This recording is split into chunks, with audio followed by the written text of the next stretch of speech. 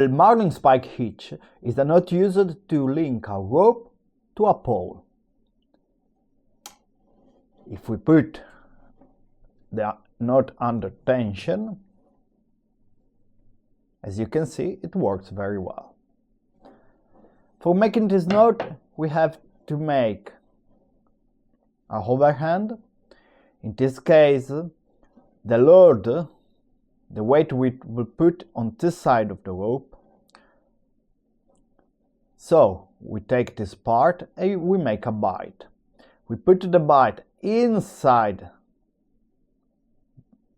the overhand, and now we will put the pole inside this bight that we have done. By doing that, we pull a little bit the standing part and then running hand, and the knot is done. A very important thing is always to put the weight on this side of the knot. As you can see, it works.